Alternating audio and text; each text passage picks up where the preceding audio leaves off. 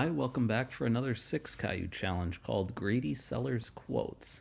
Write a method that returns a quote for a given quantity of items. Stock items are represented as a list of objects. Each item has the following properties as noted in this item class that they made for us. It has a quantity, a unit price, and a unit margin. As you can see, your stock is composed from a single type of items. Batches are brought from different suppliers, so they come with their own unit price and unit margin. So they're just telling you why it was necessary for them to create this item class. And when you do your quote, you're going to get this this list containing different item types where they have variable quantities, prices, and margins.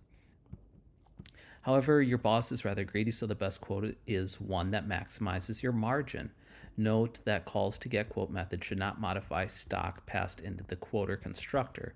Multiple call to get quote should operate on the same stock. Your method should return one of the following strings, either saying your order cannot be fulfilled, so try a lower quantity, or the best quote for n items is price, where you obviously insert those values in. If you have enough items in stock, the price should include cents. So they give you a couple simple examples here where they ask you to get a quote for just one item, but notice it returns your order cannot be fulfilled because the list was empty that was passed in, so there's no quantity with 0 items, right? They give you another one here where they make a new list item that has 10 with a unit price of 100 and a unit margin of 1. And then another one with 10 more, price 110, and margin is 1.1, so the margin's a little higher. When you call get quote 10 then, notice how the best quote is 1100. It used this one with the higher unit margin and its price was 110. So if you multiply 110 by 10, you were able to take 10 because the quantity is 10 here. If it were 9, you couldn't. But since it was, you'd take all 10 of these because it has a better profit margin for you. So you get, that's why the answer is 1100 and not 1000. If you would have used the first item, it would have been 10 times 100, which is 1000. So I hope that's clear. So you go ahead and go over, have a go at this one, pause the video, you can do this, and come on back when you're ready. So I will get into this. The item class is fine. They made that for us. They set these up as simple properties that you can get and set as you please. And so you can see they set up this items member of the quoter class where we can sort of cache the items that come into the quoter constructor, right? This is the constructor. Its name matches the class. So what we can do then is say, we can set this items variable, right? And I'm not, you can just say items, but I'm going to do a little bit of extra work so when we call get quote, we can make life a little bit easier. Now remember how it told us to favor the items with the highest unit margin. So what I want to do here is say, instead of just items, you could do this and you could handle it and get quote, but I'm going to do a little bit of upfront work and say order by descending. Do you remember that link method? It's just like order by, but that one goes ascending, this one goes descending. I want the highest unit margins first. So I will say item, we got to tell it how to order. I'm going to use item as my lambda method name, parameter name rather. And then we have to give the body of the method. So we'll say item unit margin. That's what I want to order it by. I want it in descending order, meaning the biggest unit margins first. And by doing this, then when I get to get quote, I can start trying to fulfill the order and I just pick the items right from the front because I know they'll be already ordered with the highest margin. I hope that makes sense. Then I don't have to kind of jump around the collection looking for the highest unit margin at any given time. So then what's next to do, they already have link brought in, that's good because I have order by descending here. Next is this bit about get quote. We have to fulfill that public method here. So let's do that. I'm going to make a couple variables here, and the way I'm going to go about solving this is I'm almost just putting myself in the spot of like I'm a factory worker who's actually trying to pick this order and fulfill it. You can imagine my items would be on shelves and ordered in some way. In this case, it's by profit margin. So I'm going to make a couple variables to this end to help me out. I'm going to say int fulfilled to mark how many items that I've grabbed at a given time. I'm going to start with 0. And the idea is when this fulfilled value meets quantity, it means I was able to grab enough items to complete this quantity. Because if we come up short, we have to say try a lower quantity. Remember, they told us to make that message.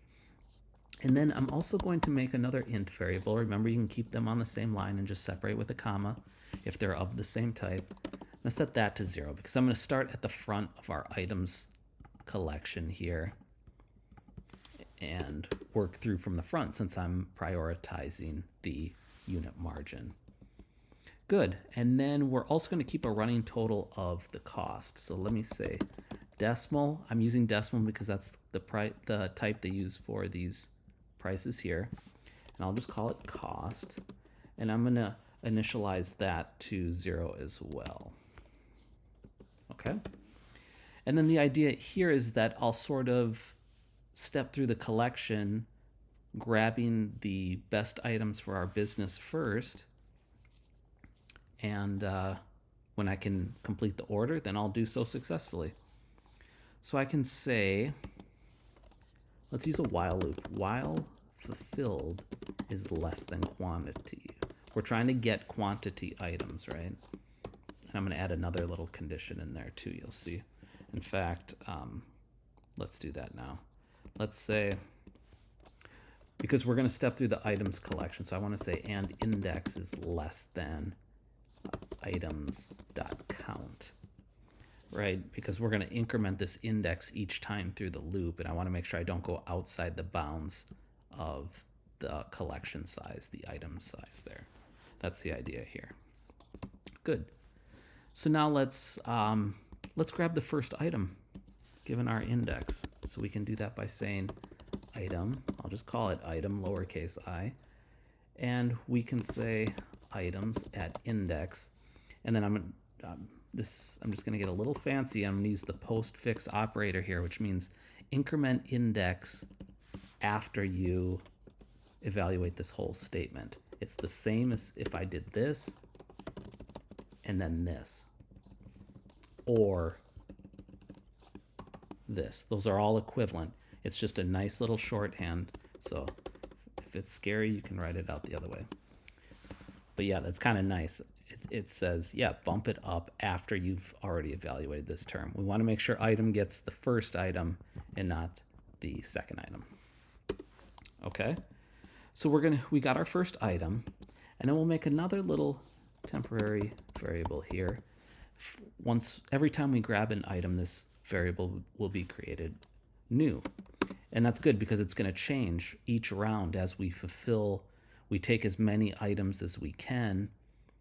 The number that we have remaining to meet the quantity is changing, right? So I could say that the number that we need at any given time is the quantity minus how many we've fulfilled in the order previously. And that tells us how many more we need. Okay, so then we have basically two conditions. The current item then either has enough to complete the order and we're done, or it comes up short of meeting the quantity, in which case we'll just grab all of them and we'll try the next item. So let's express that in code. We can say if item quantity is greater than, if it's greater than the number that we need, or equal would greater than or equal, because that would finish it too, right? Then we know we're going to be done after this, else we're going to have another round. If it came up short, then we can just grab everything. We don't really have to worry about it. But if we're at a point where we can complete the order, we may not necessarily want to take everything that's available. We want to get the quantity exactly right. We don't want to go over. I hope that's clear. So in the simple case, we could say fulfilled plus equals item quantity. And then we have to do our cost as well, right? That would be cost plus equals item quantity times item dot unit price. And so it's something similar for this case, but like I said, if the current item has enough to meet our need, we want to take just enough to complete the order. If someone says they want 20, we don't want to give them a quote that says for 25 items, right? So we got to get this just right. So we can say, in this case, fulfilled plus equals needed. And then we can say cost plus equals item, or I'm sorry, needed times item dot unit price. We don't want to overcharge them, right? So that should be good. That covers our case. You can see they're basically doing the same thing. One is saying, hey, it's safe to use every item available in this item. And the other one's saying, okay, we don't need everything. We just need some lesser number of them. So make sure you calculate the cost for what people are actually getting. Good. So then we fall out of our while loop eventually as we either fulfill the quantity or we run out of stock and we don't have enough. So we have to handle those two cases where we either did fulfill our order or we did not. And so that's not hard. We can say if fulfilled is less than quantity, that means we came up short, right? We just didn't have enough items. And so I'm going to actually make a not in stock. Let me expand this a bit. I keep forgetting I get all this good input from you guys in the comments, and I got to remember to implement it. Someone said to blow up the text here, and someone else has told me to expand the coding window. So I appreciate your patience as I'm remembering this. I'll get it down eventually. Anyways, I'm going to make a variable here for this, a constant rather. Return not in stock message, and I'll set that up as a private, let's call it private static read only string not in stock message. And I'm actually just going to copy it from what they had here. They say your order cannot be fulfilled. Try, this is the thing that, try lower quantity. So let me copy that. And then I'll put that in. Of course, we need our double quotes to designate this as a string. Good. I think I ended with a semicolon there. Good, so this should be ready for use now. You can just put the string right in here. I just like to use constants for that. So then if we survive this, this condition wasn't met. That means we did actually fulfill the order. So let's go ahead and do that as well. So then we're going to use the other format that they said in the instructions. We'll return your order, your best quote for blank items is, and then the price. And so the way I'll sort of inject these values in, you've seen me do this before. I'll use the $sign here. And then the way this goes is that inside my string, I can use curly braces to insert variable names in, and it will know to extract the value instead of using the variable name. So in this case, we would want to use quantity. The best quote for quantity items is, and then we had cost was what we called our variable for that. And This isn't quite right, but I'll run it so you can see. Let's see, I got my private static read only there. Good. Let's hit a test here to see if I typed anything wrong. Cannot implicitly convert type item to list of item on line 18. Let's go to line 18. Oh, sure. So if you remember, and you can check this out in the docs, hopefully you keep that enumerable tab open like I told you. Go to order by descending, and then toward the top, it'll tell you what it returns, and it will say it's an IEnumerable of whatever type you're working with. And so certainly that is not the same as a list of item. That's an IEnumerable of type item. So you've probably seen me before do something like this. I can just convert it to list. LINQ offers me that, the enumerable. You'll see this method in there as well. So that should take care of that error. Okay, so now we're getting some output, but it's wrong. Let's look at some of these. So it's closed. Your order cannot be fulfilled. Try lower quantity. So I had a period in there. I messed up my string. It's got to be exact. Okay, so you can see we got the green for that one now. But now, look what happened. We're pretty much there, right? But it put 1,000 and not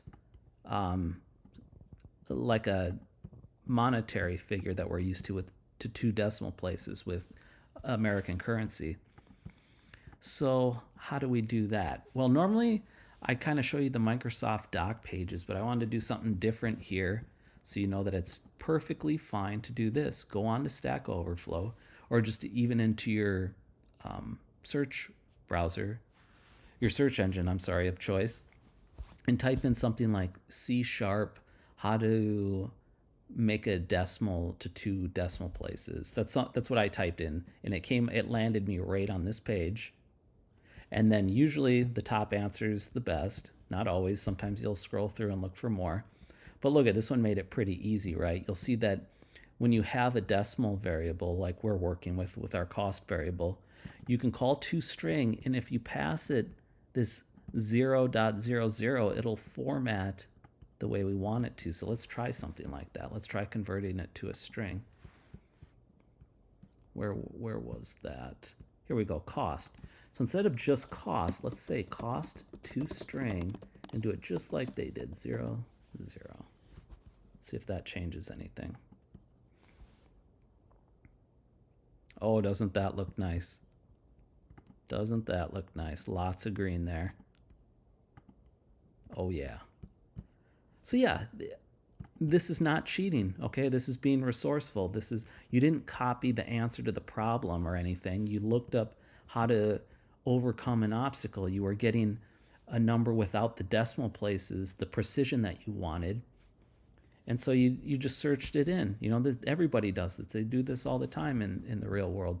And you find out how to solve problems that way. That's great. So I want to make sure you're using Stack Overflow as well. It's an amazing resource. So when you can't find stuff, don't think you're confined to the Microsoft pages. The internet's a big place, right? And you can use it all. So let me go out. Actually, before we do this, let's hit the attempt and see if I got everything yet. Otherwise, we'll fix that. So good. We're clear for takeoff. It's a nice, simple solution, so I'm going to leave mine like this. And one thing that I like to do that I've told you in the past is keep your private stuff together. Oops. Still getting used to my Mac. Okay.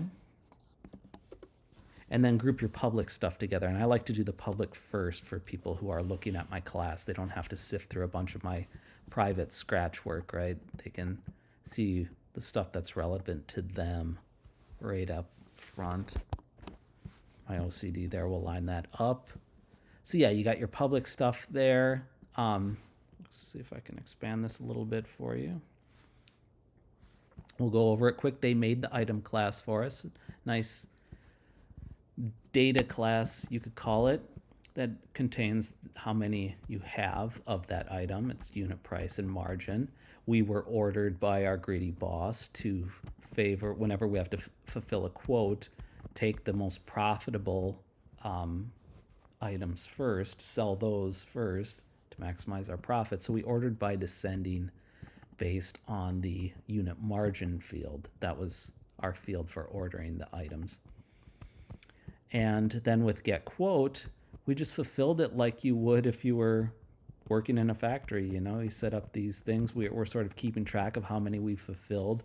We're favoring certain stock over other stock. If you worked in a grocery store, maybe you would do it on expiration date or something. You'd want to move those products first. And then we used a while loop to sort of achieve that until we hit our quantity or we ran out of items. We didn't want to overrun our items collection. So at each step, we grab the current items starting from the front. We figure out how many we need at any given time. If we can complete the order, we go ahead and do that in this else case here. If we can complete the order, we do it in the if part. That's where our current item is enough to end the order. Otherwise, we say, hey, take everything available, and we'll do another iteration through this while loop and try again and keep taking until we hit that quantity filled. By the time we escape, we can see if we met the quantity or not. If not, return that message that they provided us. Otherwise, give the other message they provided us in the correct format with the, especially the cost string, and formatted correctly. So I think that should do it. Nice and short. I'm going to leave mine like this. Not too bad there. Let's see if they make us shrink my screen back. I must have tweaked something because I have to. Oh, yeah, I put the private stuff together. Public first. Good. I'll go ahead and fire mine off this way. And you know what to do. Look through some other solutions here. See what else you can get from other people. Otherwise, yeah, this is another one that you'll see. You can look into that formatting too. Otherwise, you know where to find me. Hit me up with questions, comments. As usual, I appreciate you watching. Thank you.